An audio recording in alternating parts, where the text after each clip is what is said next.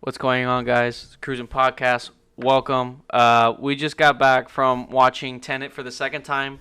We saw it on Monday on the early access with the AMC preview, and then we saw it again tonight, opening day. We had to watch this twice before we. The first time we saw it, there was no way we were. It would have been just like 20 minutes of us just like standing there, like. So we watched it again. We have a better idea. There's a lot. There's a lot to talk about with this movie. Christopher Nolan.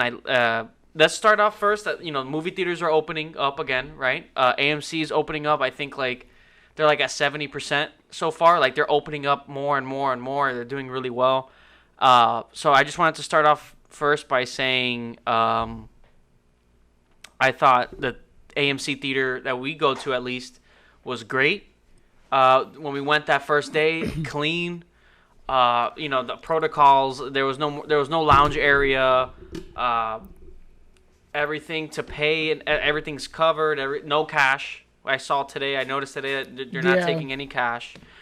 The theater was clean. We went to the IMAX twice. We saw this in IMAX twice. It was nice to have our A-list reactivated, and you even had a free popcorn and stuff because your birthday was in April. That's how far back So that was great. The theaters were really clean. There was that one guy that was next to us. There was this one guy. There's always that one person to ruin it for everyone.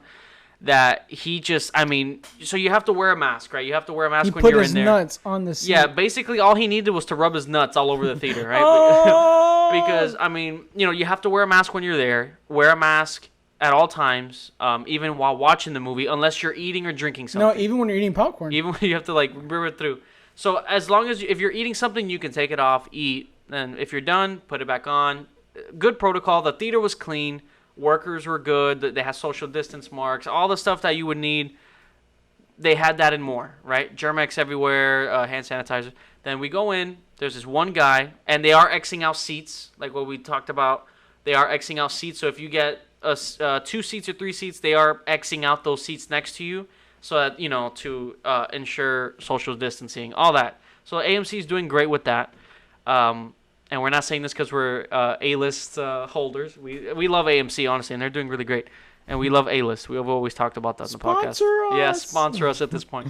But they did great so far. We've gone twice. They've been doing great with the theater. There was that one guy that opening night that we walked in. He had no mask on.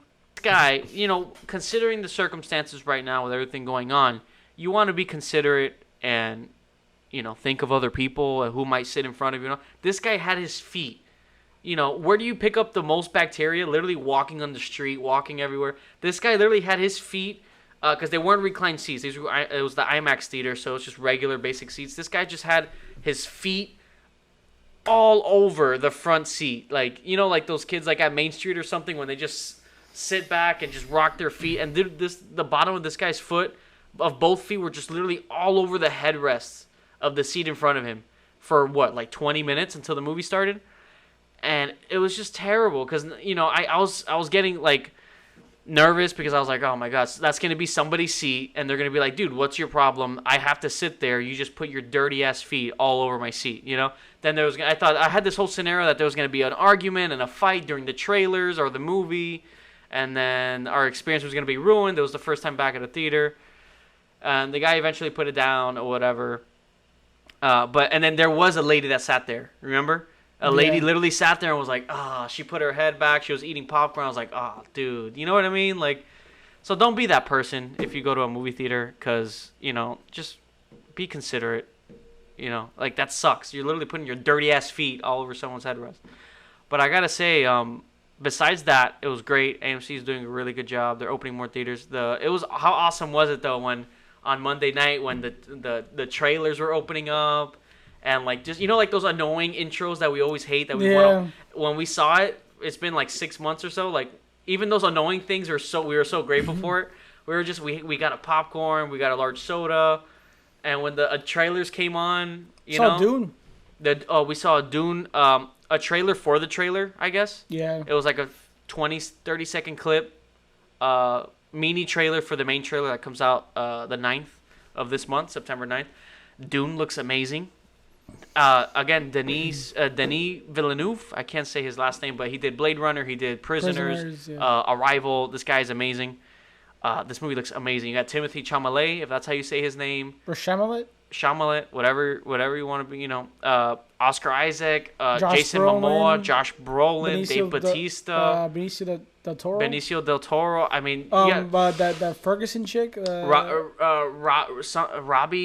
Ferguson or something like that. Something Ferguson. From Mission Impossible. Zendaya. Is it Zendaya or Zendaya? I don't know, but she's in this as well. well. How do you say their name? Yeah. It looks amazing. The soundtrack sounded amazing because that was a glimpse of the soundtrack. Yeah. It looks beautiful. I can't wait. The trailer's supposed to be like 3 minutes. Yeah. So, and this is only for people who go to the theater. So if you go to the theater to watch Tenet or something, be on the lookout for this mini trailer, because it looks amazing. Or if you want to wait the week. No. There's nothing, you know what I mean? I love that. And that was great. It was cool to see trailers again and just be in the theater. And I got to say, we got to give props. A lot of people were giving him shit, but I think a lot of this should go, as we go into this review of Tenet, all of this should go in credit of Christopher Nolan, because he really fought to keep this movie as close as possible for it to release in theaters. He could have easily just said, because he was the one that was fighting and being persistent with the studio to not let this just be delayed indefinitely until, he really fought to make sure that let's keep a release date, let's give hope for movie theaters, because this is the movie that's bringing movie theaters back, you know. And as we get into a review, we're going to get into it more because, man, it felt good to be back, especially with a movie like this, because this movie's meant for the movie theater, Yeah. And Christopher Nolan, all his movies, he's always making it unique. And it's great because if this movie was delayed indefinitely like everything else, I don't know if AMC would have had the confidence to say, hey, let's open up. Yeah. And who knows where movie theaters would be. But right now, AMC, this movie's making... I think it was over $100 million already total. It actually exceeded expectations of what they thought it was going to be, which is great considering the pandemic and everything. So people are going, people are supporting, and this is that movie. And I got to give credit to Christopher Nolan for sticking to his guns and not giving up on movie theaters. Yeah. Because we needed this. We needed this big blockbuster movie to get us going. Because if this got delayed, I don't think we would be in a movie theater right now. I think it would still be a long dream, So I think this is going to give confidence for now the upcoming movies that are coming out this year, like No Time to Die, maybe Dune if we're lucky. Well, Dune was supposed to come out like December, so yeah, maybe. So we might get lucky, Black Widow. So I think it's starting. It's picking up again. It's a great thing. So Christopher Nolan really fought for those theaters, and the movie, it's making money. It's obviously not breaking records, but it's exceeding their expectations considering the circumstances. And now more theaters are opening up. So it's honestly great. So with that being said, let's talk about Tenet, because we saw it in IMAX twice. We just finished today watching it for the second time. Let's get into it, because this one is I'm not gonna lie to you guys. This one is It's gonna mess with you. It's what are it's they? a lot. It's a mind bender. That it's Christopher Nolan, and usually when people say that, they're usually exaggerating or whatever, But this one, we just finished watching it twice, and we were watching YouTube videos on just more about it, researching, trying to understand the movie, and I feel like we have a good foundation, but we're still far from fully understanding the concept. But man, this movie was... what a way to get back into a movie theater. Full IMAX. That's why I wanted this one to be my first one, not the New Mutants. Yeah, not New Mutants. Yeah, because I heard New Mutants is awful. That's why I wanted my first movie back to the theaters. IMAX, Tenet, not New Mutants. And it felt great, man. It felt great. Let's start with you. Overall, what did you think of Tenet and pros, cons, everything? No, I love the movie. The movie was... I was like, wow, this is like... I think, at least for me, because I'm a big fan of these like spy type movies. Espionage. Thrillers, I'm a big fan of those. It's pretty up there for me. I just, again, ever since Dark Knight Rises, his sound for dialogue sucks. Yeah, I don't know what's going on like with the sound mixing. The sound mixing was like, dude, I like there was times in the first viewing I couldn't hear anything. Mm-hmm. I was just kind of like, okay, I don't know what's happening. Yeah. Because, I don't know, ever since Dark Knight Rises with Bane, he just completely forgot about sound audio. mixing. It's like the music and everything is so high that during a middle of a battle, it's like there's important dialogue, and you can't hear anything. Yeah, lately I didn't feel this. Actually, Dunkirk did have the same problem too. Dunkirk, where the sound mixing. It was ever since Dark Knight Rises. That's what started his trend. The sound mixing in his movies, for some reason, everything is really high in the mix. Like the soundtrack, the sound effects, but the dialogue is like the bottom of the barrel. At the bottom of the sound mixing, where you can hear you hear the music, and if they're like on a boat, you hear more of the boat and the ocean and the waves, and their dialogue is like this low, so it's very hard to hear. And that's my main complaint of this movie, because this movie you have to hear what they're talking about. Because if not, you're not gonna get it. You have to hear what they're saying, because this concept in this movie is very complex. It's very interesting. It's a lot of fun too. It's a lot of fun to like be lost and figure it out and everything. But I agree with you on that. Like, I love the movie as well. We saw it twice. Yeah. I'm not gonna lie. Watching it the first time, there was a point in the movie where I was like, "What is going on?"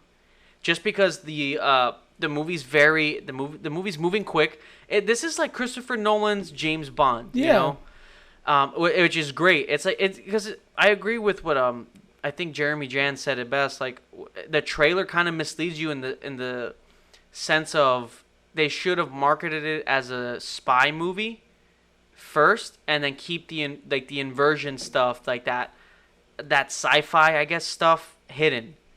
People would still see it anyway, you know, in the sense of, because it is a lot more spy espionage with the touch of this inversion concept, right? Because before we get into spoilers, I don't want to say too much. But it's crazy. This is like his big, crazy, like, Bond espionage movie. John David Washington does great. Robert Pattinson is in this. He's been everywhere lately. He does amazing. My main complaint is that the sound mixing. That's a big complaint critique, I guess, because I the first time I couldn't hear anything. There was a point where they're like sailing on a boat and they're talking through talkies, and it's literally them talking through the walkie-talkie. So it's like, yeah, and it's like waves crashing. And it's like, what did you say? And I couldn't. And this is an IMAX theater, so we have the best audio, which it was. This movie in IMAX is. If you're gonna watch it, do not watch it anywhere else but in IMAX. Find a way. It's worth it. You know what I mean? And I think before 5 o'clock, you get 30% off. Yeah. So you can watch this movie in IMAX for a regular price of admission. You know. Besides that, I love him taking on this espionage James Bond style film. I love the cast. The action was a lot better in this His movie. action is great. The concept, just the way he shot this movie, the fact that there's things moving backwards while things are moving forwards in the same scene. And this movie is all practical effects. There's literally nothing CG in this movie. Nope. In the trailer, when you see that Boeing 757 airplane crashing into a building, that's real. Everything, this movie was shot linear in order, and then it was shot in reverse, because there are sequences in this movie. I mean, and this movie is honestly breathtaking. No, hello. There's a point that, like, it's in the beginning when he picks up an object inverted. when it hovers to his hand. Yeah, that's real. Like, he's actually picking it up. Yeah. Like, honestly, it's like a magnet or something. Who knows? But just the fact that he's actually like in like he's actually doing that for real. Yeah. Nothing is, and you can tell. But the this car movie, chase sequences. This movie shows you that movie magic is real. That like if you wanted to, you can do it practical. If you're not lazy and you actually care, Yeah. you can do everything practical. Because this movie, this is not like a few little. No, this is like the car chase full-on sequences, practical all the scenes. action scenes, Everything, the fighting. Yeah. They had to learn how to fight backwards. John David Washington, there's some behind the scenes of him practicing like a fight sequence, but he's like moving in reverse. It's honestly so crazy. Yeah, like he had to learn how to fight backwards, and I was like, dude, what? That's insane. And the car chase sequences that And you kind of notice it in the movie when they're fighting. I was like, wait, like at first you think it looks weird. Yeah. But then it makes sense. I was like, oh, that's why. It's amazing. Like nothing is CG. Nothing.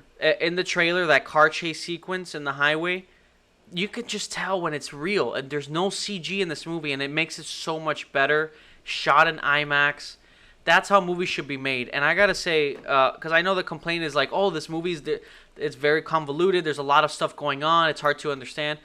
I understand that, because the first time I was like, what is going on? Because this is a movie, not a one-time viewing. This is a movie you have to watch it multiple times, and you have to just really dive deep into it. Watching it the second time, I love it. It's yes, I can see why maybe in the first act or so it's hard for some people. Maybe it's a little slow for you or something before like the heist stuff and all that. Maybe it's slow for you. I enjoy it. But I can understand that, fine. But you know what, man? But this movie is so original. It's so unique. It's so unique.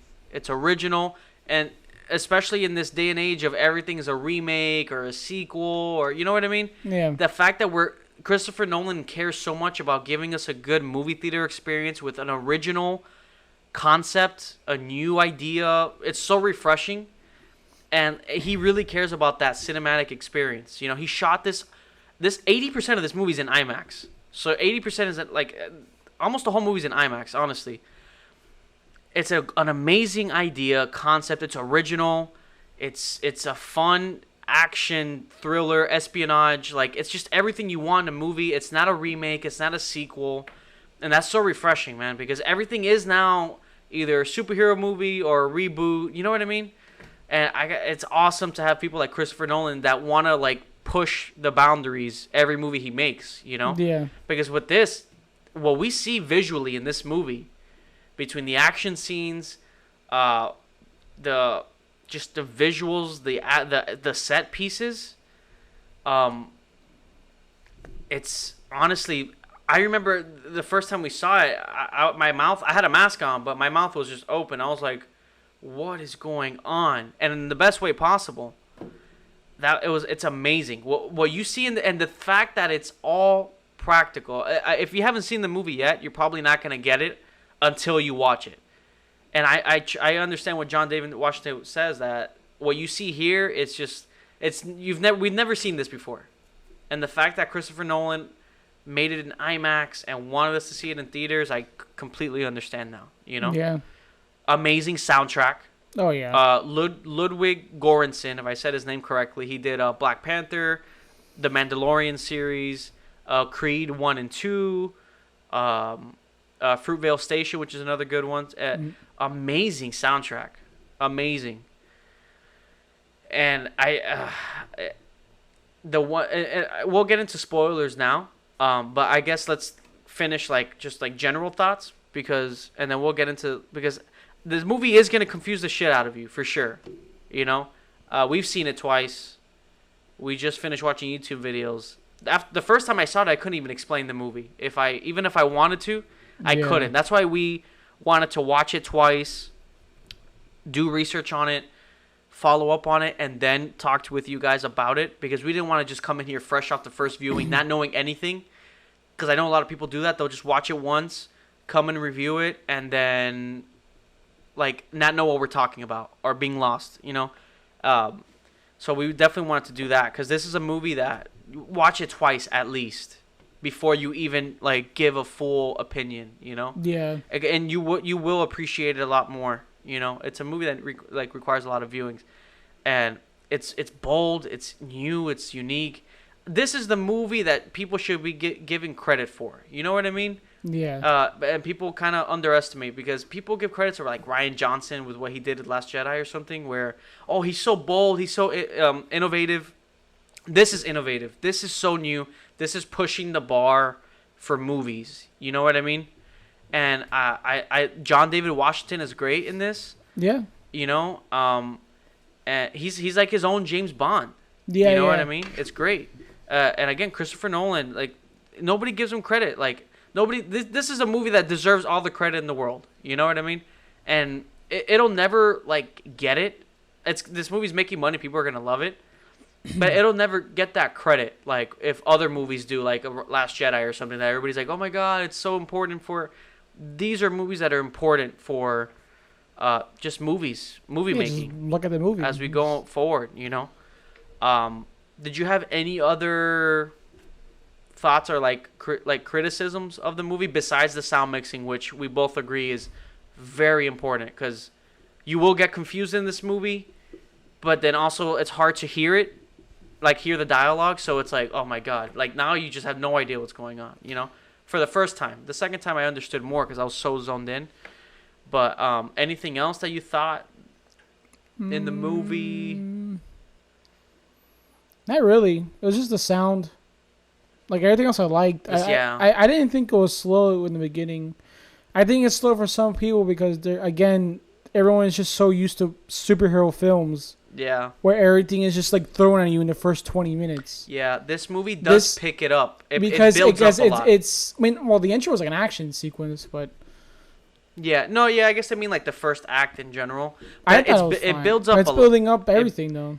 When it builds everything up, and then when you see what it builds up, you're just like, you're just like, oh my god, like you just, I didn't expect this. This is Christopher Nolan's like, it's his boldest, most ambitious, and like biggest movie. This is his most expensive movie. This movie where like everything is practical, so I like which I like. I'm not a big fan of CG.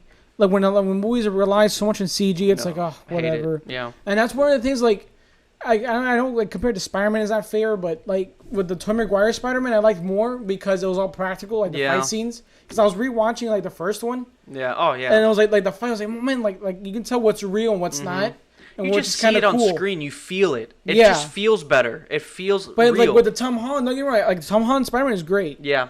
But it's too heavy on the CG to where it's like, damn, dude. It's just, it kind of takes me away from it a little bit. Which I get. It's Spider-Man. He does a lot of crazy moves. Yeah. But I do like to see some practical. Yeah. Like, at least in the fight scenes. Which I like. I like seeing practical. And that's what, in this movie. Oh my god. This movie is literally all practical. Like, there's nothing CG. You know what it's like? Even the fact that when he's picking up the object inverted, it's still like, he's actually doing it. Buildings that collapse. Then buildings, build back up and blow up. It's just like, and it's all real. It's amazing. Yeah. It's amazing. And it's so nice to see because now and this the day fact and age, that they have to film it backwards. Like they have to film it backwards. This the fight movie, scenes. This is his most expensive movie, and even then, I think it cost $250 million. So all practical, This is his biggest movie. And, man, it's so refreshing to see because this day and age with everything that's just CG, they could have... But there's something about seeing it happening. It's just authentic and it's real. Because the whole point of movies is to see the movie magic. How do they make this possible? Yeah. How do they do this? How do they... And when you see Tenet, that's movie magic. And you believe what you see, Like, when you see CG... Because we watch the Corridor Crew. You know how you do, like, the stuntmen react? And they were talking about how Indiana Jones...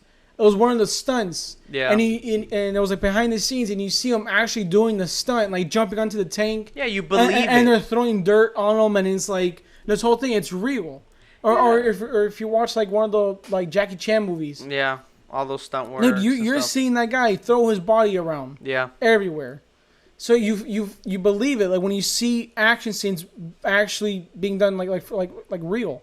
Yeah, you believe what you see. It's just. You don't have to like kind of be like, oh, that's BS, like with these Fast and the Furious movies or something where, like you don't believe what you're seeing. In this movie, and I we'll talk about it in spoilers, but this is his biggest movie. I mean, the third act where this movie goes, and it is his most confusing. It's his most complex. I'll say that because it's not that it doesn't make sense. There's just a lot to take in. But there's a lot of things where you question. It's like, well, but you could find out. It's just so complex. It's hard to like. And the take dialogue, in. You can't hear the dialogue. The sound mixing for me is such a big problem. It's one problem, but it's a huge problem. But he's been having that for the last couple movies. Yeah, Dunkirk had that too. Ever since Dark Knight Rises, he went down that path. Yeah. Because Dark Knight, it was fine. Before like Dark Knight Rises, everything was fine. But after Rise with the whole Bane thing, where he had to go back and re-edit the film. His sound like mixing has been pretty bad. Yeah, I don't know. Because Dunkirk, I was like, what did he say? Yeah. I was like, I can't hear anything. The thing with Dunkirk is that there wasn't a lot of dialogue anyway. It's more visual than. So that's like my one big. It's one problem, but it's a big problem. And I think now it kind of like caught up to him a little bit because this movie you need to listen. Yeah. You need to listen. Because Inception didn't have that problem. Inception. But was that before or after? Oh yeah, no, it was before It Rises. Yeah. But so you see, but like again, before It Rises, Eagle's fine. Yeah. But ever since Dark Knight Rises, he kind of like his sound mixing went weird. Yeah. Because again, with the whole Bane, because like Bane, you couldn't hear him at first. It was all static. And this movie kind of has that problem. There's parts where they're wearing masks or something. And you're just like, I can't hear, and this is so important. They're talking about main plot points, and you're just like, I cannot understand what you're saying. But besides that, I mean, that's such a big problem, though. Because you need to understand the movie. That's such a big problem because I want to be able to hear it. And watching it the second time, I was able to hear it a little bit more. This is what you need like subtitles. Yeah, like I was able to hear it a little bit more the second time, but even at the end, I was like, "What? Oh no, this is important." That's the one thing. But besides that, I mean, I loved it. I gotta say, watching it the second time. I enjoyed it more in the sense of, expectations are out the window. The excitement, because when you have expectations of something, this happened to me with Once Upon a Time in Hollywood or something. Like when Once Upon a Time in Hollywood, I actually loved it a lot more the second time. This movie, I appreciated and liked it a lot more the second time because the first time going into it, I wasn't expecting a genuine like spy movie because we've never seen that from Christopher Nolan. And also, we didn't watch any of the trailers. Yeah, we saw one trailer. And that was like one in theater. And all you like saw was about the inversion stuff and all that. So you were expecting kind of like a Inception type of movie, and this is not like Inception in the sense of like this is like his James Bond movie. So I wasn't expecting that, But watching it the second time, I was able to see that more. I was like, oh, like this is literally like his own little like James Bond movie, just like times 10 because what he does with it. But yeah, I mean, this movie for me, the visuals are amazing. Soundtrack is amazing. Great acting. I think Robert Pattinson is doing great right now. It's shot really well. Good action. Visually, what we see in this, it's gonna blow your mind. It's jaw dropping. You know what I mean? And my one criticism is the dialogue, the sound mixing of the dialogue. I couldn't hear anything. And is there anything else that we would? I don't want to say I wish he explained more because I'm not going to say that's a problem with it. I'm fine with how the movie is. Maybe the pacing at first is pretty quick, but I understand why because he is trying to like build it up quick so we can get to the good stuff, Yeah. If there was like a 3-hour cut of this movie, I would believe it, or a 3.5-hour cut, where I doubt it. It's like the pace. Maybe it's a more fleshed out pace or something. But obviously, that's not going to come out or anything. But the movie worked well for me.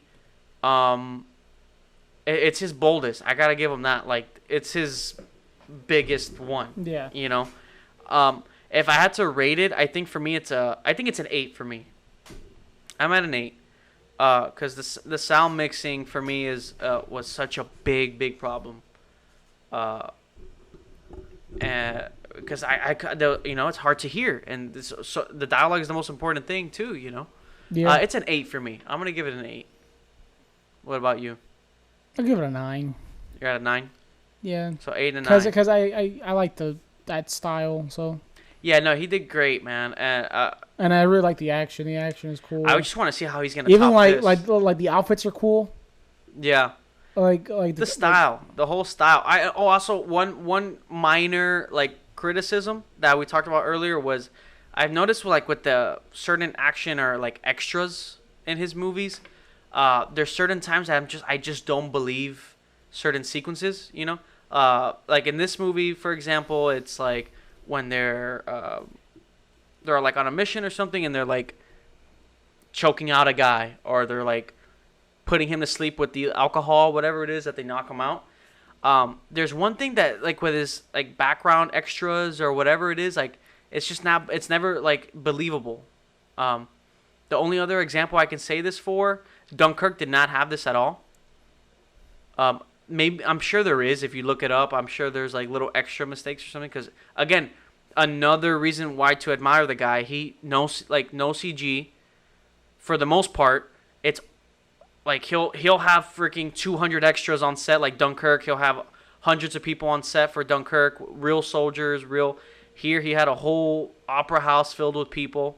But here there was, and Dark Knight Rises was an example of like extras. Rises was like the worst. Yeah, that was the worst. It's like one of the worst extras I've ever seen. Yeah, and here it's just like I wish there was a little bit more struggle when they were choking someone out, and I don't know if that's something that he notices or not. You know, where for me when I watch it, it's just I don't believe it. Like when they were choking someone out, it looks too easy. It's just like instant choke, instead of like, you know, realistically, if you're choking someone out, there's some struggle there. You know, so that's just a minor thing that I'm just like, I wish this was a little bit more believable, you know. But I guess in the defense of it is like it's that classic spy, because James Bond movies kind of do that. Like he just chokes the guy out quick. Yeah, but you know what I mean. It takes away the. It was only like 2 scenes, so yeah, like, okay, I'm not gonna. No, it's minor, but it's something that was it takes away from me a little bit. But everything else, like the action stuff, like the rest of his action was great. Let's get into spoilers. We're gonna get into spoilers right now, guys. So stick around, and here we go. This movie, oh my god. The main thing that we keep making fun of is the tiger, the Kenneth Branagh, if that's how you say his name, as the villain, as a Sado. He's like the Russian arms dealer. He's like full James Bond villain. Yeah. You know, and again, it's stuff that you don't expect. I didn't expect Christopher Nolan to go like full James Bond, you know, because he's usually a lot more. And yeah, you know, he went full James Bond villain. I thought he was like fun, you know. He was good. It's fun, you know what I mean. I like the. What is it? What's the line? You don't negotiate with the tiger. You just admire it from afar. Until it shows its true fucking nature. Yeah, it's funny, you know. And then he's like, "You bitch, you vengeful bitch." Yeah, he went full. Like he kicks her, and I was like, "Damn!" He spits on her. I was like, "Wow, he's going." Yeah, he went all in. He went all in this like Russian villain. Is he like actually Russian, or is that just him like? Because in Dunkirk he has a British accent. Yeah, I don't know. All these actors, I never know what their real accents are anymore. Yeah, because I was pretty like I think it's like a Russian. I don't know. Yeah, he did good. So, my God, yeah, it's like hurting my head already trying to think of. So, like in the movie, don't try to Don't try. Literally in the movie, it says don't try to understand it, just feel it. You know. So, John David Washington's character, who's called the protagonist. You're gonna try to. Huh? Well, you're trying to like explain it? No, but you know, we understand that storyline, right? But the plot, I get. Yeah, the plot, I get it. It's the inversion stuff. It's and when the it goes multiple. Yeah, because the main thing that hurts my head the most is Neil's character, who is Robert Pattinson's character. Because it turns out, you know, he's in the beginning of the film. I love that, by the way. In the opera, I noticed that the first time. Mm-hmm. I was like, wait, he's in the opera house. Mm-hmm. So this movie was so big for me that I forgot about him being in the. When I saw the orange tag.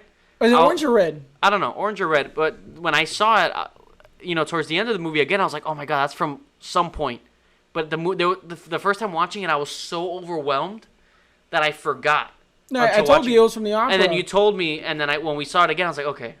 Because that's how overwhelming this movie can be. But you know one thing I forgot to say in the non-spoiler, you notice scenes. I was like, man, he put a lot of detail in these scenes. I love the detail. Because I noticed in my first video, I was like, wait a minute, he got in the car. I was like, wait, why is the little mirror broken? Mm-hmm. I had a gunshot. I was like, wait, where'd the gunshot come from? Yeah. I was like, okay, that's weird. And then when the scene plays out, it takes the bullet out. I was like, oh, that's really cool. That's what I love about this movie. There's the detail. Like, it's a lot of detail from beginning, in each scene. From like you see like running backwards. You see some people running. Like I didn't notice the first time when they captured John David Washington, And he's like walking, and it's like, wait, why is this guy walking backwards like this? But that was literally because he was going, you know. You see, that's where I get confused. Cause so was he? Oh, cause he caught her, but he was literally inverted there. So that whole sequence for him was backwards. Yeah. So when he caught her, he was moving her backwards? No, never when he. Because he was seeing forward in time. That was leading everything to that moment. Yeah, never when he's going forward. Like when the movie, the movie goes the whole time thing. When he gets captured, that's when the movie completely fucks with you. Yeah. Because the whole car chasing.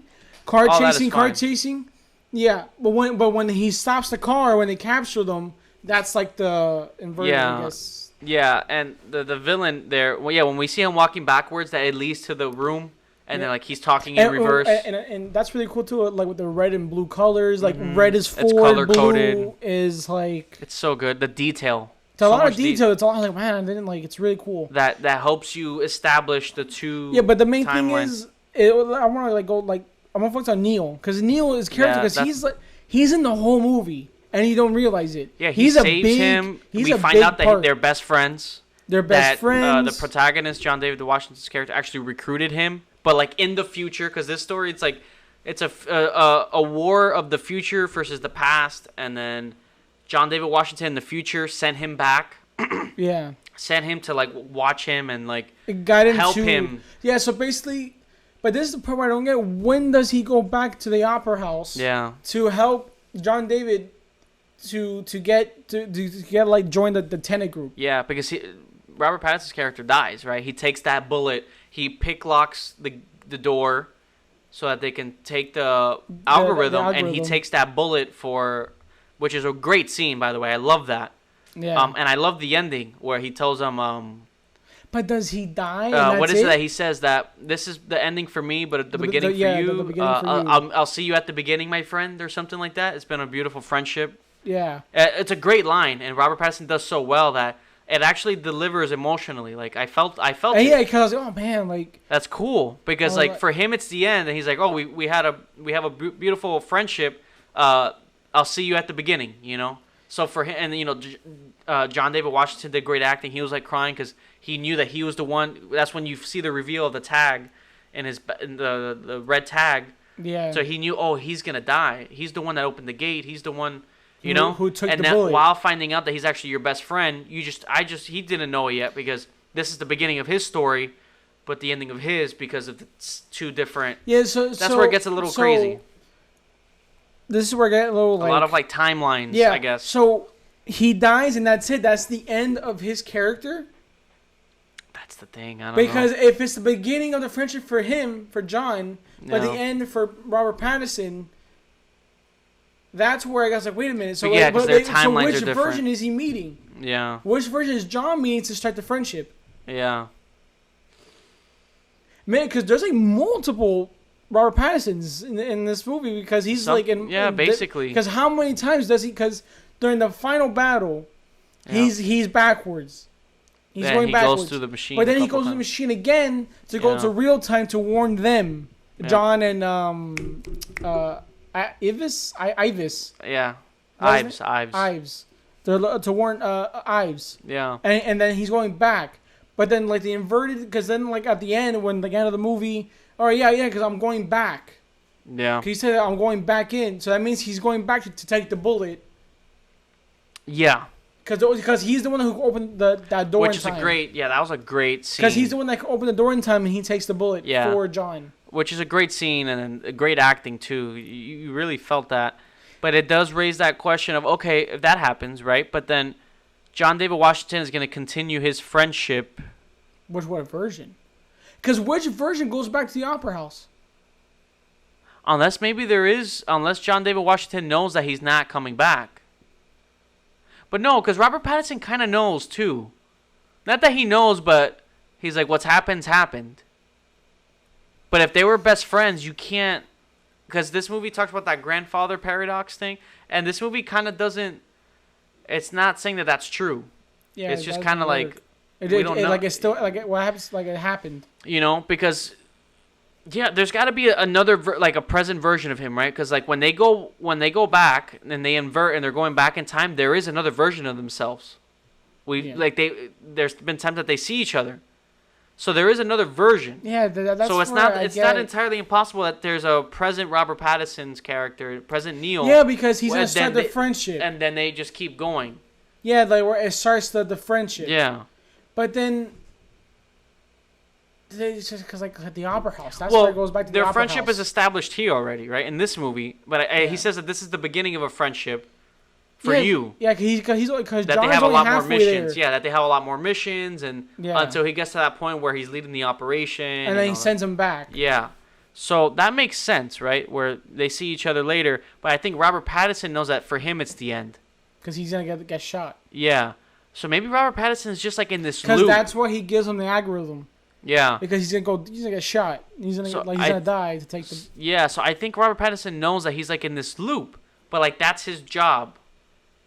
But then there's like a present version of himself or something. It's very confusing. Yeah, I don't know. And it's something even through videos, watching it twice, it's like I still can't get it because the concept of going backwards in time while forward in time is still going on. It's like this thing. It's very.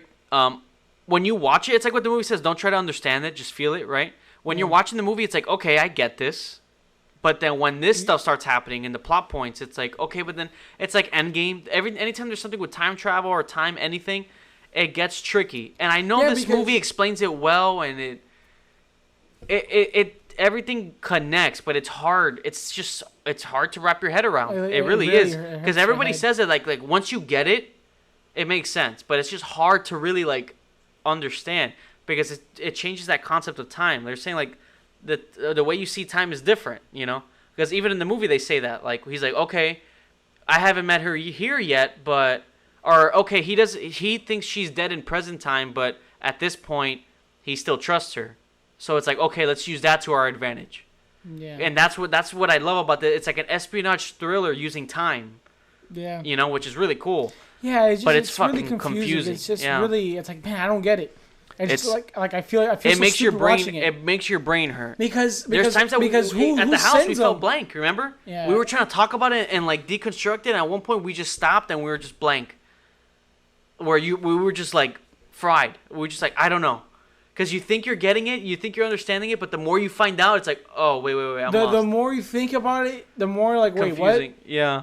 So it's better just roll. I think the only way it could make sense is just watching more videos, and I think the more you watch it, the more you're able to deconstruct it. Even Robert Pattinson said it, and John David Washington, that they're even like, yeah, it's hard. Like they had to really understand it like in baby steps. Yeah, because you had Nolan telling them what it means. Yeah, if I had Nolan here with me right now, that'd be great. Yeah, Nolan. Can you imagine sitting here, listening to him explain it? Because even watching him explain Memento was awesome. Because he like drew like a line down the middle. It's been a while since I seen the movie. I gotta remember like. Yeah, he drew the line down the middle, and Memento is essentially a movie that plays backwards. So like he has black and white scenes going forward, and then color scenes going backwards, and it's like, but it all connects at the end. It's fucking crazy. But it's a movie that starts at the end, ends at the beginning. What? This is a movie that there's. Memento. But this movie is a movie that ends like in the middle. Yeah, because there's a lot of hints. Mm-hmm. When he's having that dinner scene with Michael, is it Michael Caine? Yeah, Michael Caine. He's telling that the bomb went off in that Russian. Watching that the second time, we understood that more. I was like, wait, that's the ending. Mm-hmm. But they're still talking, so that means that the mission was complete. Yeah, technically, yeah. Yeah, because they got the algorithm out. Watching it the second time, I was like, that's the ending. And when you first meet the wife, what's her name? I forgot her name, but yeah. All the names are like confusing. Because like, she saw a girl jump off the boat and he was missing. That was her. So that started her. That's what drifted them apart because she thought he was cheating on her. Yeah. But it turns out that was her diving off the boat, and she killed him. And that he just vanished. Because she killed him. Yeah. But then that's when the other him, like the present him at that time, came in the helicopter, and. But the past him was still doing his thing. Yeah. So, my take on this, I think everything's like this loop. It's like this complete loop, like what Robert Pattinson says, and he says it often throughout the movie. What's happened, happened. Yeah. So like, there's no, It's like this loop. It's happening, But- and they're but just what- there to make sure it's staying in line. But do they ever go forward in time, or is it always gonna like reset back to that moment? I don't know. Because that is it. Like the way I'm telling it, is it like kind of like Palm Springs or something where it's gonna keep repeating? I don't think they can go forward in time because what it is like you're moving backwards against time. Yeah, I but don't I'm think saying, you can I'm saying, go- but like once they finish the job, they stop Yeah, the like, guy. do they just have to live in that moment? Do they continue on with their life, or does it That's what I don't know. does it 'Cause, go yeah, back? you can invert back, but you're still in that same present moment. You're Yeah. not going. You're not jumping back a week. because Robert Pattinson said that he's going back into the battle again. That don't worry, I'll see him in the second wave Yeah. or the second time or something. So when they stop the algorithm. I guess it's like not like time travel because you can move backwards in time, right? So you're not like time traveling and then reliving it. You're just literally moving backwards against time. That's why when they're moving to the airport again, Backward, they have like Everything's 5 backwards. days. It's 5 days. Yeah. They're traveling 5 days. yeah, but everything's backwards. So by the time they get there, they're actually traveled 5 days, but backwards in time. So it's not like, okay, let's time travel back in 5 days. Yeah, because So that's why they were saying, like, if you were to travel, if you wanted to move backwards in time for 10 years, you can, but you're going to age 10 years as well. And you got to make sure you have enough oxygen and stuff. So, like, I guess that makes sense. You're not essentially, like, you're not time traveling. You're just literally moving backwards in time.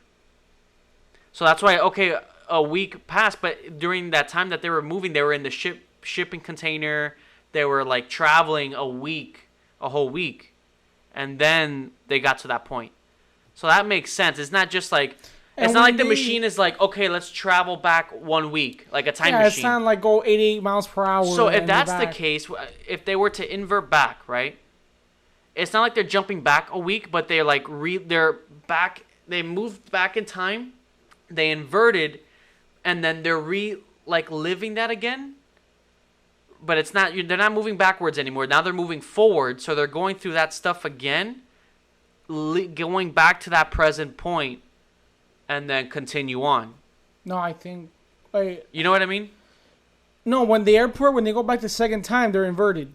That's what. Yeah, that's what I'm saying. But when John and Rob Pattinson take the girl back through it, they go back to real time. Yeah, that's what I'm saying. So you know how, because you were saying, oh, does that mean they move back a week? Like they move a week forward again? Like if it's time travel? I don't think that's that. I think it's literally like. I never said that. That's what you just said. When? Before I started explaining this, that you were saying that, like, when we were talking about the end, right? Like, okay, do they go back to present time? Yeah. But like here in this, like at the end of the movie, Danny Nolan. I know, at the end of the movie, they invert again, but it's different. No, does he invert at the end of the movie? I know Robert Pattinson does, right? I think he inverts back to go to save him, to open the door. Yeah, he goes. So he's going backwards. But that's the thing. But if they already did it, right? Why is he going back to open the door to get shot? Because I think that's what I was reading up. That it's like not to take any chances. So I think Robert Pattinson's character is like that guy that makes sure everything is going accordingly. But when does it stop? I don't know. Because is it like an infinite thing? Like, is he gonna get shot 1,000,000 times? I don't know. That's where it gets confusing. But now that they have, they took it apart. Look at the final shot when it's like John David, because John David was like inverted, I think, right at the end of the movie to save the girl. I don't think so. Oh no, he's not, because the bullet would have gone backwards. But, yeah. But when he played the message, it was like her playing the message, but then it was her doing the call at the same time. Yeah, I think at that point they were already like they went back. But was he back present? And then like does the movie continue on from there? That's what I think. Yeah, because remember, you can't live off being inverted for so long because you need the oxygen. He would need the mask. He would need...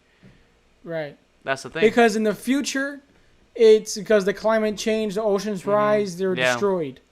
So their only chance was that they think... was to go back in time. And stop it all. Just stop what, though? Like wipe out Earth? Like kill everyone? That's why they think... That's like the only reason. They don't know if it would work, but they would rather try than just dying and like with the world out of resources and stuff. So yeah, because wipe out the world. Thinking it'll prevent like the that climate change in the future. Yeah. I don't know. Yeah, it's crazy. But I think I understand the concept. So it's not like a time machine of like move forward a week or move back a week. I know how it works because you're actually traveling 5 days back. But like you're actually moving backwards. Yeah. Like it's like when you I guess like hit like the rewind button. Yeah. You know, like you're going backwards. Yeah. Like you're actually moving backwards to get back to that point. And in the inversion state that already happened, they're moving forward. What I'm trying to understand is when the job was done at the end of the movie, they stopped the guy, they killed him. Yeah.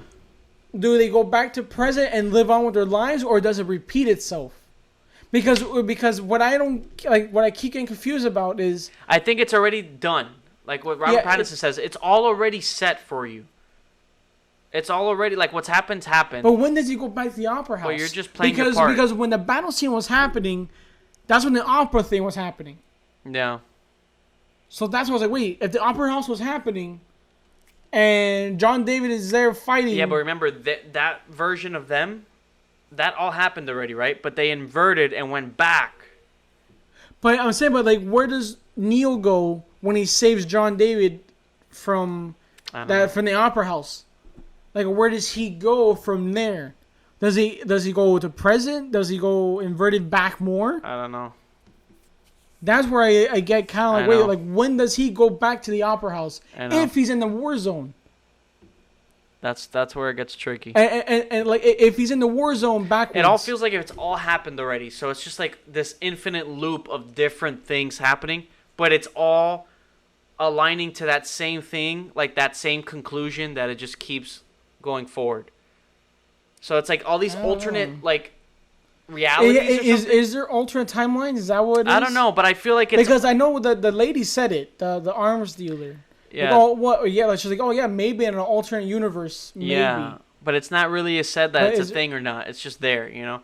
I think it's like a lot of things are happening, but in conclusion, it's all leading back to the same. Because where does John David go at the end of the movie? Like, because he the movie ends in the middle, so now it's like the rest of his story. What do you mean it ends in the middle? That's what they're saying. Like this movie ends like in the middle, because like it's the beginning of the friendship. It's where he continues doing missions and where he eventually leads an operation. It's very confusing because he knows where I don't know. That's the thing. Yeah. I don't know. But it's fun to talk about. It's fun, even though it hurts my brain. But it's cool. It's fun to talk about. It's fun to try to understand. Because Neo's character is the most confusing. Yeah. Because he's in every scene. He's in every big thing. Because he's literally in the first 5 minutes of the movie. And now we know also that there can be two versions of you too, right? Like that. But it loops because you can see yourself going backwards. Let's say President Neo is alive, right? But John David knows that they're best friends. Right. But he meets them. Doesn't that affect? I don't know. Because John knows that they're best friends. He knows that like Neo died. He's gonna go get shot in the head. I don't know. Because when Neo goes back to the chopper at the end, and he's like, and I forgot. Maybe he is like I guess a good comparison is like what people. He's like the Kyle Reese. Like he knows his fate, but he knows what he has to do. Yeah, you know, because Kyle Reese does know. The big theory is that he's Max. Yeah, that's a crazy one. But I don't think so because he doesn't give a shit about the lady. Yeah, Kyle Reese is a good example because Kyle Reese, when he's sent back in time, he understands what it is. And he knows what he has to do. Yeah, and he knows his fate. Like he knows, you know what I mean? Yeah, he dies, right? Yeah. Yeah, it's been a while since he Terminator. But yeah, guys, I mean. If you understand it, maybe better than we do. The main thing I just want to get is Neo. He's the main one I want to get because his timeline is I feel like the most complex. I know, and this is us watching it twice. He's in a lot of big because when the movie starts normal, he's like that guardian. Because when the movie starts normal, like you're following along John David. Yeah. Like when it gets to the point where the bungee jump heist, he's like, "Oh, give him a Diet Coke." Yeah, he knew what he wanted. He knows what he likes to drink. Mm-hmm.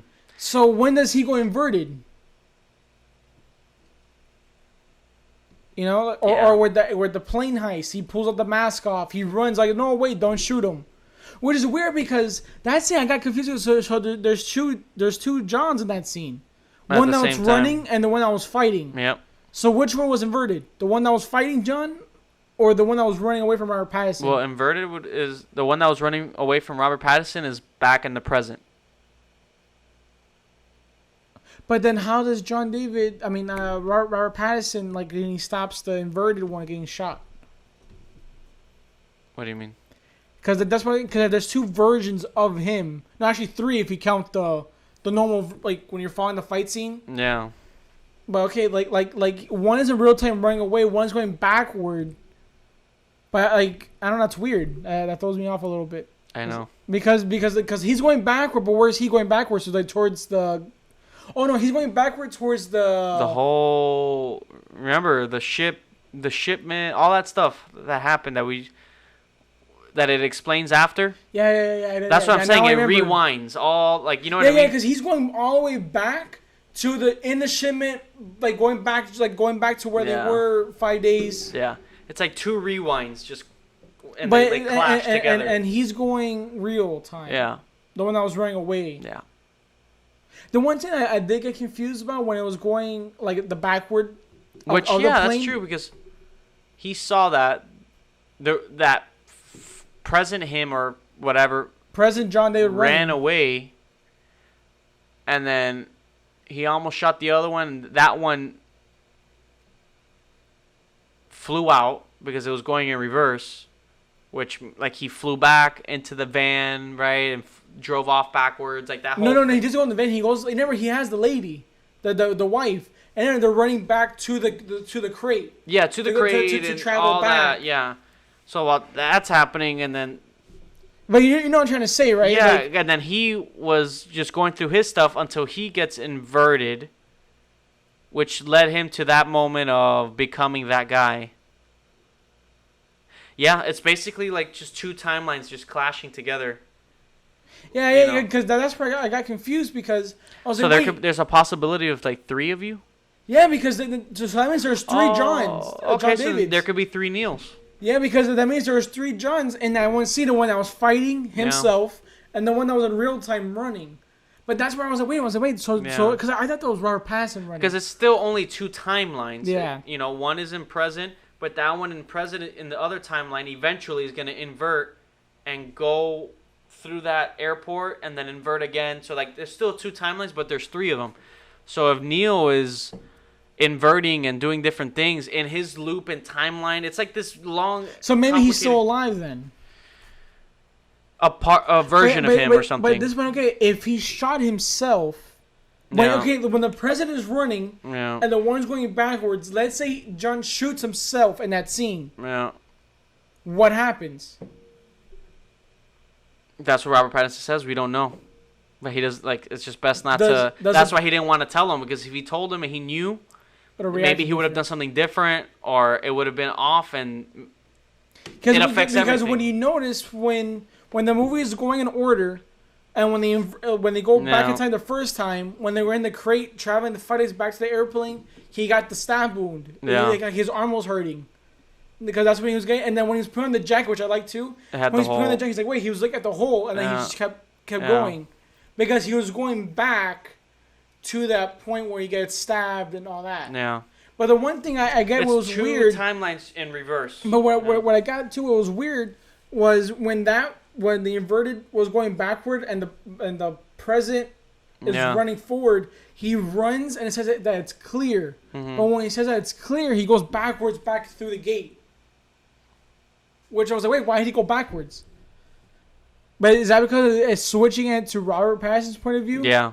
That's what I was trying to say earlier, because from Robert Pattinson's point of view... He's still inverted. He's inverted right now. From Robert Pattinson's point of view, he's inverted, right? Like, him when he's saying it's clear, but that John Washington is literally going backwards. So remember, like, after that part when he says it's clear, you see him putting the mask on and then punching that guy, getting in the van, setting up the van, and all that.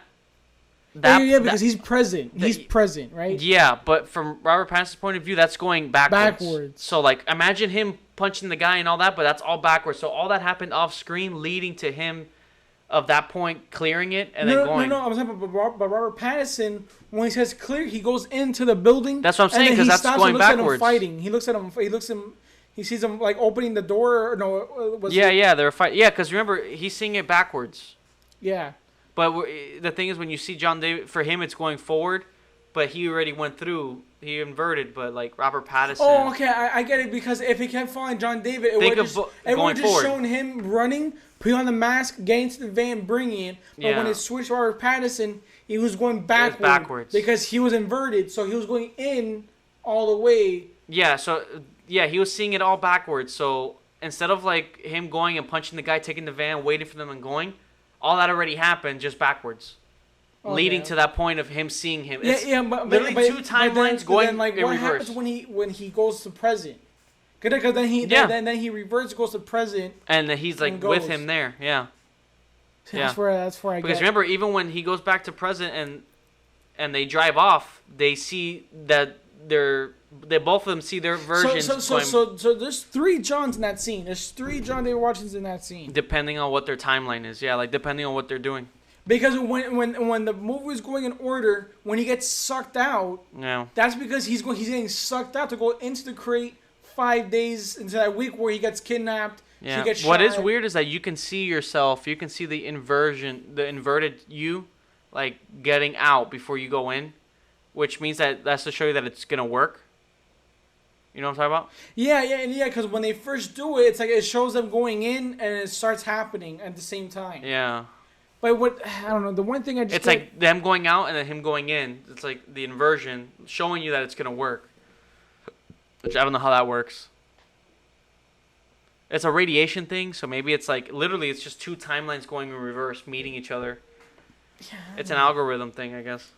It's crazy. The one thing I'm trying to figure out is it like an infinite loop? Is it like... Is Neo's character always going to live that moment again? I guess. Of getting shot? Like does the movie just... Like, does he go into the future where they're at war with themselves, or does it just like he has to keep, or does he have to keep going back? Like is this like a more complex like Palm Springs type of thing where it's like an infinite? No, Palm Springs is definitely a lot easier. No, I know. In the sense that it's just like a loop at the same moment. Yeah, but this is like. But is this a lot of variations, but leading to the same thing? You know? But is that what it is? Like it's like a. Unless someone steps out of that's the weapon where you step out of that and you mess with because it. Because with Ives, he didn't tell no one because no one could have known that they're pulling out the algorithm. That's a possibility of them. Because if they know that someone's pulling it out, that means someone goes back in time and stops them from pulling it out. And then you so that's why only then. Thing. Like in the end scene when he pulls the gun out, only them 3 know what happened. Yeah. Because the only way you go back in time is because you have to know. You have to have all of it or something. Yeah, because you need to know when they went back. Like you need to know when they went back to when they stopped that from happening. Because someone can invert, stop that from happening, and then the algorithm explodes and then because they can still invert, but I think if you have all of the pieces together, I think that's the big one where you can literally like invert not just people or objects, like the whole world. And you destroy and it'll literally destroy everything. It'll just like and just like oh shit. So that's what they did. But I guess you can invert, but nobody knows because nobody knows where the pieces are because they can't know because that's the weapon. That's the main weapon. Where only them 3 know. If that's all connected and you destroy it, it'll literally just set off. Yeah, because only them 3 know because during the briefing when the guys say, "Oh, but like who's doing that?" He's like, "Oh, you don't need to know that." When Ives tells that other soldier, like he was asking that question, because only him, John, and Robert Pattinson know what they're gonna do. They're gonna pull the algorithm out because they're letting the bomb explode while they're pulling the algorithm out. So they think that it worked. So to make this guy think the villain think that he won. Yeah. But when in reality, like it never went off. Like they stopped it. That's Tenet, guys, right there. I can't. It's hopefully whoever's watching or listening to this, they're probably like what? They probably tuned this out. Yeah, because I wasn't making much sense because I was trying to like, I'm trying. It's hard. It's hard to put into words. Because I'm trying to get Neo's character. Yeah. And I'm trying to figure out the ending because the ending, like, is he gonna do it all over again? Is that what he like, or does he die and that's it? Because where is John's? Because John's character is the middle. Like his story. I feel like it's just this infinite loop. But of everything, not just not only that moment. That's why when in the beginning of the movie, following John's character, the protagonist, he fought himself backwards without even realizing it, because this already happened. So that's the whole point of the inversion. The inversion is like they figured that out where they can go backwards. But their main issue is making sure that nobody goes backwards or nobody does the inversion to change something and cause a disruption. Or that's why they say, like, you can't make any chances. You can't take any chances. Like Robert Pattinson goes and checks everything and makes sure, you know what I mean? I think that's what it is. Like, so that there's not that, like, a person like the villain where they want to take that to their advantage and start changing things. And because for the he was getting information from the future. Yeah, because for the car chase, how did that work? If he was getting information, for the car chase, he goes in and says, "Oh, tell me everything step by step." No, I get that, but when he was communicating with people from the future, how did that work? Because he would leave a capsule, and they would leave him items or something. They'll pay him.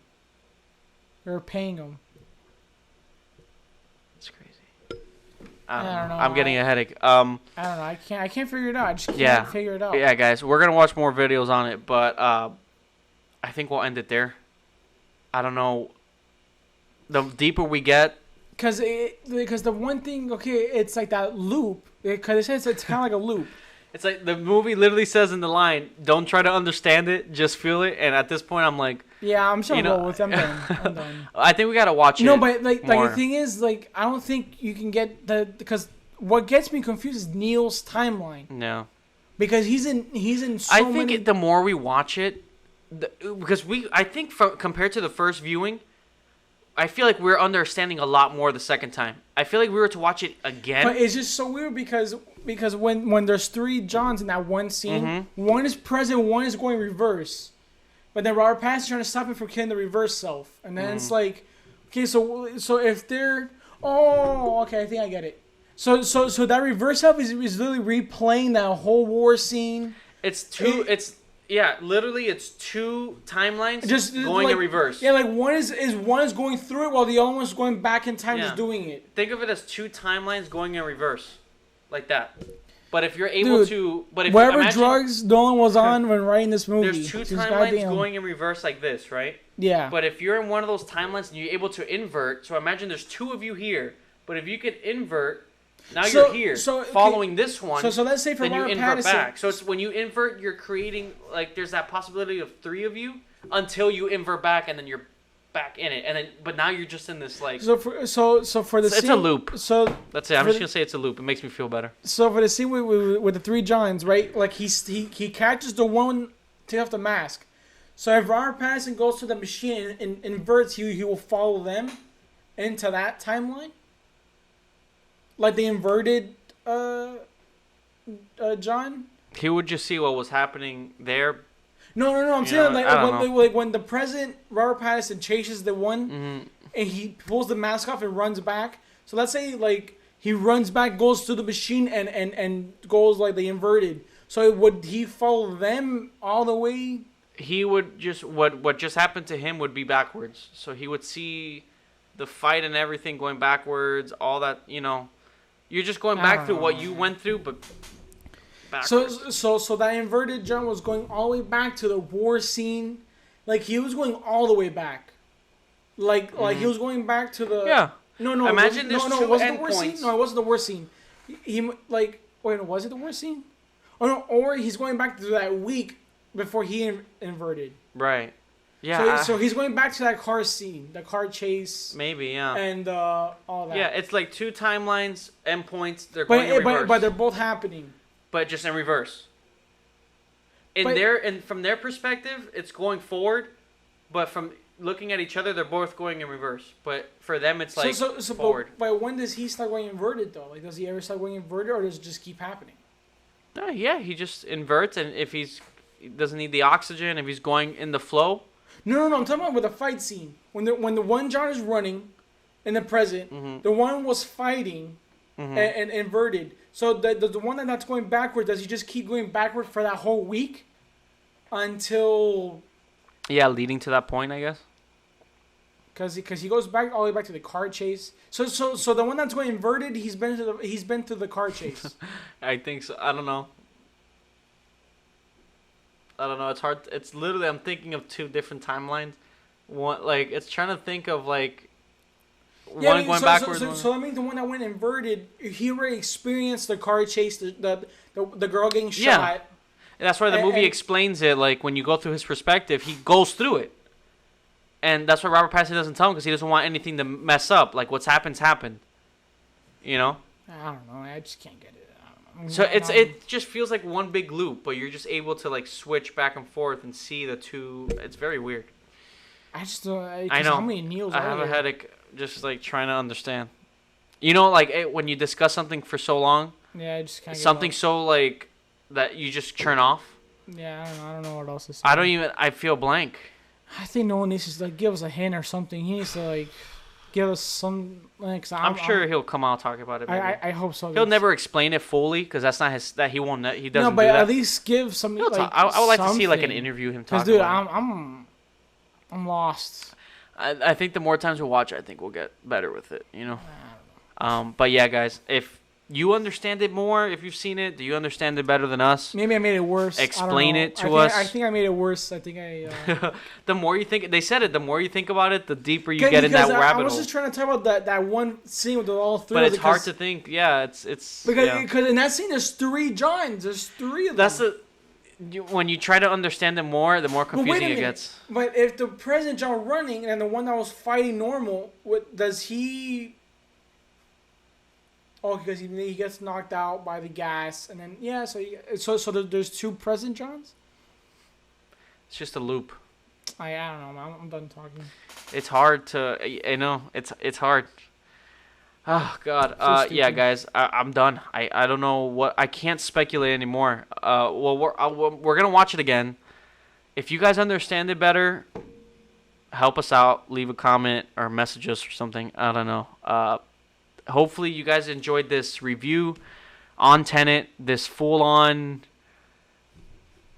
trying to debunk the concept of this movie. It's a great movie. We love talking about it. This is fun.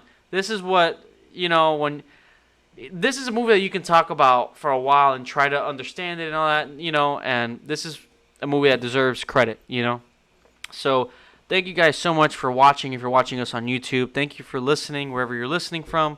We'll have another episode for you guys soon. Hopefully you guys enjoyed this one. Thank you guys so much. Till the next one, and goodbye.